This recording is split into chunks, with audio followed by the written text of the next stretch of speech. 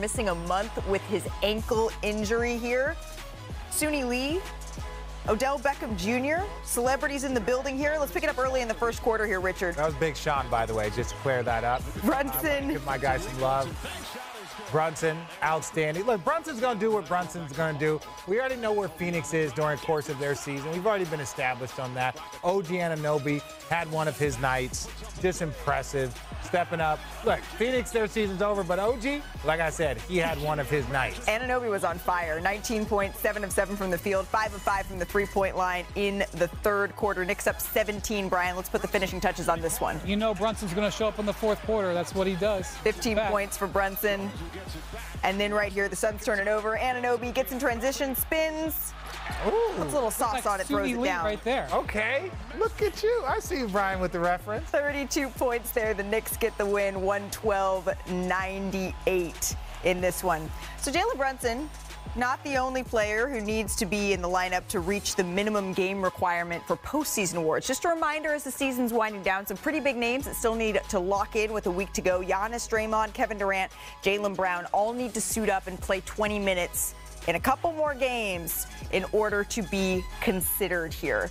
And I know, Richard, you said their season's over, but this made me smile. This young fan's wholesome reaction to meeting Devin Booker, got a signed jersey. I don't know that anyone's ever been excited to meet you, Rick. No, not my son's favorite player, Phoenix, his favorite player is Devin Booker. So he's an absolute legend. I'm not surprised my kid would have that exact look if he got to see Devin Booker, which he won't. The only Suns fan that enjoyed their Sunday at the Garden. And you know what? The look of awe, that's what it is for me. Sticking in the East, the Cavaliers dropped to 6-6 in their last 12 games after falling to the Kings. Their magic number remains at 1 to clinch the first seed. Brian, how concerning has their recent play been? So in these 12 games, they're 25th in the league in three-point percentage. Before that, for 4+ months, they were first. And there's other issues going on. But focus on the threes. And in this game, look, the Kings are a bottom 10 three-point shooting team. They had 4 more threes in this game than the Cavs and won by 7. That's what's going on with Cleveland right now. Their three-point shooting is not elite right now. And they've been so good all season. We're splitting hairs a little bit at this point. Well, we are. Richard's not. One spot below them are the defending champs, who have looked the part, right? Winning their last 14 of 16 games this weekend. The Celtics passed the 22-23 Warriors for the most threes in a single season in NBA history. Perk, how impressive is breaking that record?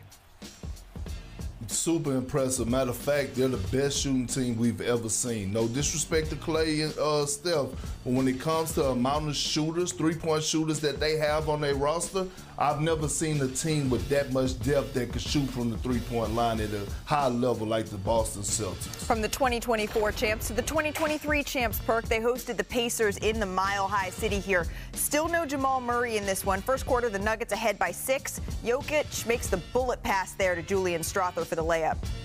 By the way, his pass confused Thomas Bryant a little bit. Jokic had 29 points, 9 assists, 6 rebounds going into the half, Rich. Well, and look, Jokic, he gets into these spaces. There's things he can do that no other big man can't. They just don't have enough. They barely have enough with Jamal Murray there. Without Jamal Murray, it is a real problem for the Denver Nuggets. You know who's a problem? Oh. Pacers. Pacers have won 8 out of 10. Clap your hands. Look out. 22 seconds to go in the fourth. The Nuggets trailing by 2.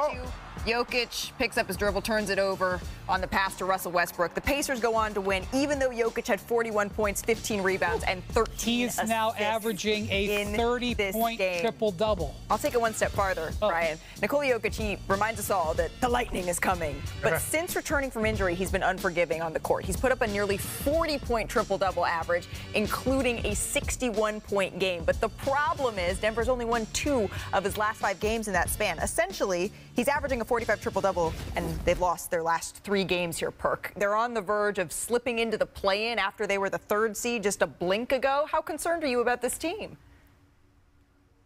Malika, that's what teams are doing when they see the Denver Nuggets. Do we need to put a warning on this show? Do we need to put a not suitable for work? Nah, they're sweet, creamy, and soft in the middle. That's what teams are looking at. Listen, check this out.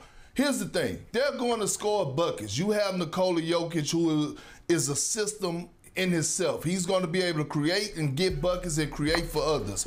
Against the Timberwolves, they gave up 140 in double overtime. Against the San Antonio Spurs, 113. By the way, Victor Wembanyama was not available in that game. He's out for the season.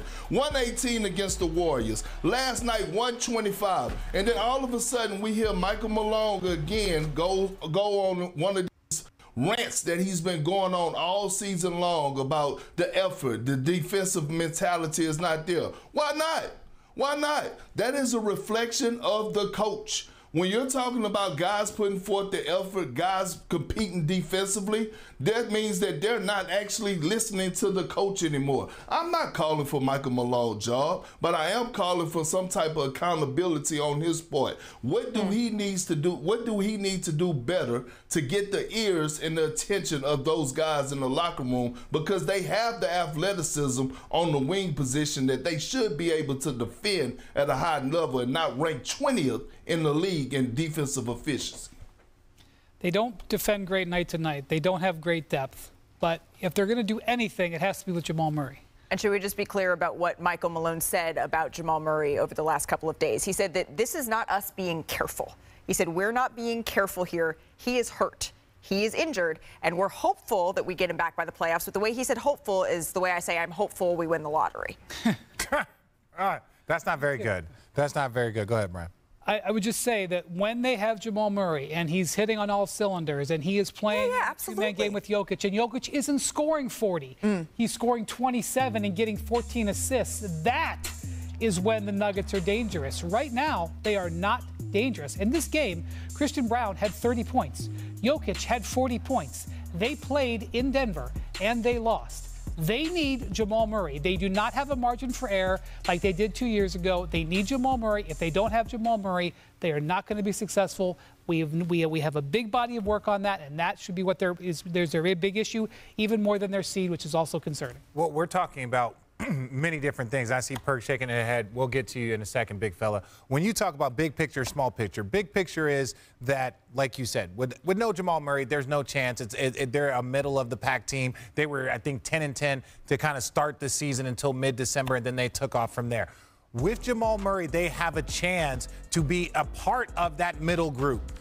A part of it. But even then, you have defensive questions. In the big picture, they don't have enough. They are 2 or 3 players away from truly being the championship team they once were. So then you also have to kind of temper your expectations for what the Denver Nuggets can even be right now. They have maybe the best, one of the best players of all time. They have a guy that's putting up MVP numbers, but not many people really consider them a conference even finalist. Right. At an elite level, let alone an NBA championship caliber team. And this dates all the way back to when they lost their depth after that 2023 championship run. Perk, why were you shaking your head, my friend? Because, look, Jamal Murray, yes, he puts them in the conversation of actually trying to compete for a title, but they got enough to win games. Right? They got enough not to be on a 4-game losing streak. We're asking guys that have athleticism, a team that has some athleticism, to actually go out there and defend. Aaron Gordon, Michael Porter Jr., Christian Brown, the kid Watson that come in off the bench. And you mean to tell me that they're going to be giving up that many points in the game while Jokic is putting up historic numbers? We can't do that. Well, their next game is Wednesday against... Whatever. Shut up. It's time for our NBA Today's Big Three, the best 3 plays of the weekend. At number 3, Miles Bridges from the Charlotte Hornets. He gets a sweet crossover in the lane, and then he throws it off the backboard. Oh, with the right hand, too? That's tough. Going sideways, throwing it, then catching it with your offhand like it's nothing. How he just landed with style here. And this is only number 3. Back to Houston at number 2. That's where Jalen Green cleared. Are you cleared for takeoff?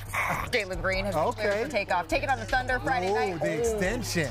Gets a lob from Jabari Smith Jr. I love it when people are like, man, you see that lob you threw me? It's like, man, I almost broke my neck trying to catch that lob. This is practice that you these at Soho Yoga, those back bends, Richard? Yeah. That's where you get the training grounds for that. And then at number 1, Anthony Edwards, no stranger to our Big Three. He bodied the bodies.